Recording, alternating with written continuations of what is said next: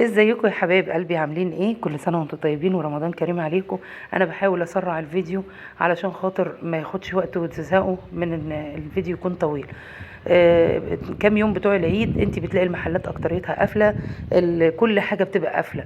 فبدل ما تنزلي بقى وما تلاقيش حاجه وتتعبي وبتاع، جبت فراخ وتبلتها، والتتبيله بتاعتها تبع تتبيله كنتاكي على فكره.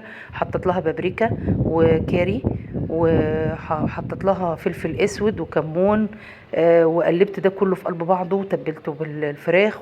بعد طبعا ما اتغسلت الاول في خل وملح، اتنقعت في خل وملح الاول، وبعد كده اتشطفت كويس قوي، وبعد كده تبلتها وعبيتها في الاكياس.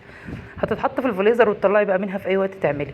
ودي الكفته يا حبيبي قلبي اللي انا عملتها، طبعا لسه في بقايا لها، بس انا حطيت ايه قدامكم بس اللي انا عملته حاليا. ودي صلصه طماطم برضو ضربتها وخدت لها كام قلبه كده على البوتاجاز عشان لما تيجي تطلعيها تعملي اكل ما تاخدش وقت معاكي. وكل سنه وانتم طيبين ورمضان كريم عليكم وعيد سعيد عليكم يا رب.